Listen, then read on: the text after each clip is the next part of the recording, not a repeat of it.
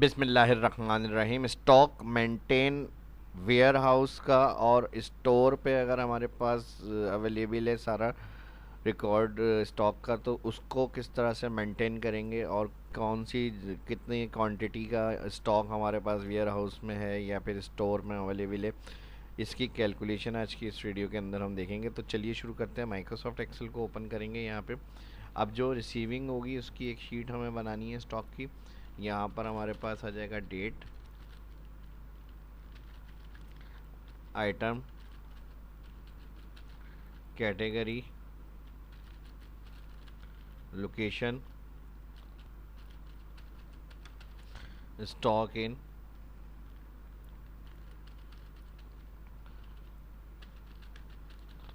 Stock out, और ये आ गया रिमेनिंग। अब यहाँ पर हम डेट इंटर करेंगे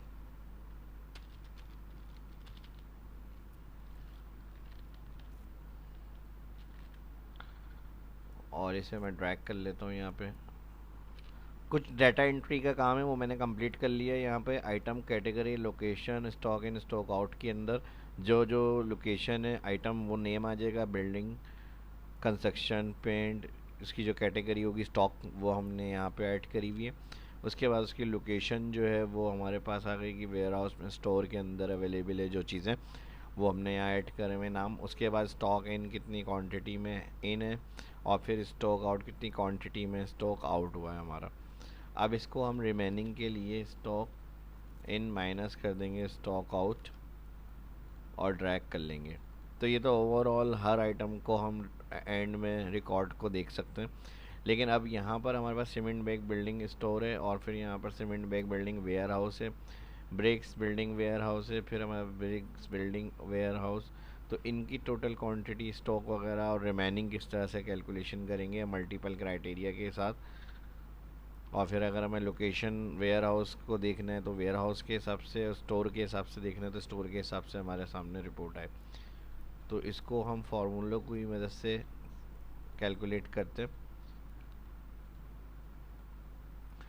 ठीक है जी, इसको फिर हम इस तरह से थोड़ा सा हैंडल करेंगे रिपोर्ट के लिए। एक तो item, category, location, stock in, stock out और रिमेनिंग, ये ले लेते हैं हम। इसको हम करेंगे यहाँ पे कॉपी पेस्ट हेडिंग्स को। ठीक है जी।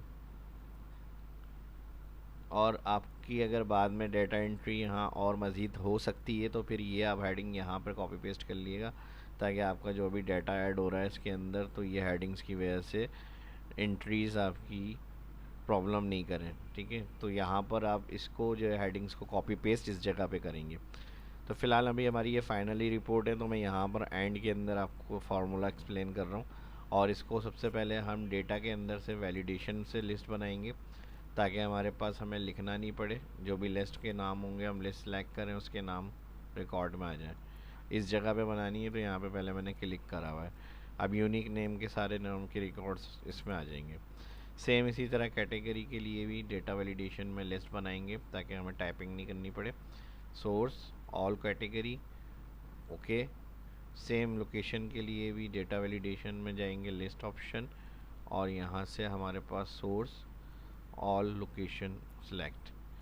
अब कैटेगरी हो गई, कैटेगरी के साथ कंस्ट्रक्शन है, पेंट है, बिल्डिंग है, और फिर उसके बाद उसका वेयर हाउस के अंदर है या स्टोर में है रिकॉर्ड। अच्छा, ये जो ऑफिस 365 है इसके अंदर डेटा वैलिडेशन जो है आपकी यूनिक आइटम ही जनरेट करती है। अगर आपके पास लिस्ट में आइटम रिपीट हुए हैं तो यहाँ पे यूनिक नेम ही आएंगे। अब इनके हिसाब से जो भी हमें यहाँ से सिलेक्ट करना है, सीमेंट बैग, अब इसकी जो कैटेगरी है वो है हमारी बिल्डिंग, और यहाँ पर हमें वेयर हाउस के अंदर स्टॉक देखना है कितना इन हुआ और फिर कितना आउट हुआ है और कितना रिमेनिंग है। तो इस कंडीशन में हमारे पास यहाँ पर मल्टीपल नाम सेलेक्ट हैं।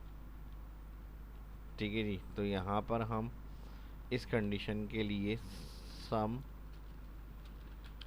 इफ्स यूज़ करेंगे, और यहाँ sum range all column item stock in, फिर comma criteria range one all column item name, फिर इस आइटम नेम में इसका क्राइटेरिया वन क्या है, ये वाला नेम सीमेंट बैग हमें देखना है। फिर कॉमा लगेगा तो फिर कहेगा क्राइटेरिया रेंज 2 क्या है, तो क्राइटेरिया रेंज 2 में ऑल कॉलम बिल्डिंग सिलेक्ट करा हमने क्राइटेरिया रेंज 2, फिर कॉमा इसके अंदर क्राइटेरिया क्या देखना है, बिल्डिंग कैटेगरी, और फिर यहाँ पर select criteria range 3 all column select करेंगे लोकेशन। ये फार्मूला इसी तरह से आगे कंटिन्यू चलता रहेगा। फर्स्ट बस इसमें ये देख लें सम रेंज में जो वैल्यू कॉलम होगा वो सिलेक्ट होगा, बाकी जितनी मल्टीपल क्राइटेरिया रेंज है वो आप इसके साथ आगे कंटिन्यू करते रहेंगे। सम रेंज 3 के अंदर हमारा लोकेशन कॉलम, और इस लोकेशन कॉलम के बाद इसका क्राइटेरिया क्या है, वेयर हाउस। अभी फ़िलहाल वेयर हाउस है तो हम वेयर हाउस सैली सिलेक्ट कर रहे हैं। फिर जो भी चेंज करेंगे तो ये कॉलम फार्मूला क्राइटेरिया के हिसाब से स्टॉक इनके जितना भी डाटा होगा वो हमें यहाँ पे दिखेगा। बस आपको ये फार्मूला कंप्लीट क्राइटेरिया 3। अगर और मज़ीद आपके पास रेंज है या फिर आपसे कहा जा रहा है अभी डेट के हिसाब से भी हमें कैलकुलेशन निकाल के दें कि इस डेट से इस डेट के दरमियान कितनी परचेज हुई, तो आगे फार्मूला आप डेट के लिए भी कंटिन्यू कर सकते हैं इसी फार्मूले को, सम इफ्स को। तो फिलहाल हमारी 3 कंडीशन क्राइटेरिया की थी, तीनों हमने ऐड करी, ब्रैकेट करेंगे किलोस और इंटर। अब सीमेंट बैग बिल्डिंग के अंदर स्टोर की अगर हम बात करें वेयर हाउस, तो यहाँ पर 100 है, और सीमेंट बैग दूसरा यहाँ पर आ रहा है, लेकिन ये बिल्डिंग स्टोर है और यहाँ में वेयर हाउस सिलेक्ट है तो वेयर हाउस की रिपोर्ट मिल रही है। ये फार्मूला डबल क्लिक कर लेते हैं एडिट, और इसको हम यहाँ से सिलेक्ट करेंगे कंट्रोल C कॉपी, टैब दबा देंगे और इधर आके कंट्रोल V पेस्ट। जहाँ फर्स्ट हमने सम रेंज के अंदर स्टॉक इन सिलेक्ट किया था, सिर्फ यहाँ पर अब हमें स्टॉक आउट का कॉलम सिलेक्ट करना है। स्टॉक इन का जब फार्मूला लगा रहे थे तो स्टॉक इन कॉलम सिलेक्ट था, स्टॉक आउट का में लगा रहे हैं फार्मूला पूरा सेम वही रहेगा, सिर्फ कॉलम स्टार्ट जो है स्टॉक आउट सिलेक्ट करेंगे बस, और एंटर। रिमेनिंग के लिए अब आप यहाँ पे स्टॉक इन माइनस कर लें स्टॉक आउट, तो रिमेनिंग 40 है। अब इस तरह से आपकी जो भी रेंज होगी आपने यहाँ से चेक करना है। भाई बिल्डिंग वेयर हाउस की जगह हम स्टोर सेलेक्ट करेंगे तो सीमेंट बिल्डिंग कैटेगरी और लोकेशन स्टोर की हमारी ये रिपोर्ट है। और अगर हमें इसी तरह आइटम कैटेगरी और वेयर हाउस में रिपोर्ट चाहिए तो उसकी रिपोर्ट ये आ गई। और कोई भी और आइटम को अगर देखना है आपने यहाँ से सिर्फ सेलेक्ट करना है ब्रेक्स की कैटेगरी बिल्डिंग वेयर हाउस के अंदर हमारी ये रिपोर्ट है। अब इसका जो भी सम होगा जैसे 500 और 300 800 हो गया, ये ब्रेक्स बिल्डिंग वेयर हाउस तो 800 है, और फिर यहाँ पर 100 और 50 150 स्टॉक आउट और रिमेनिंग।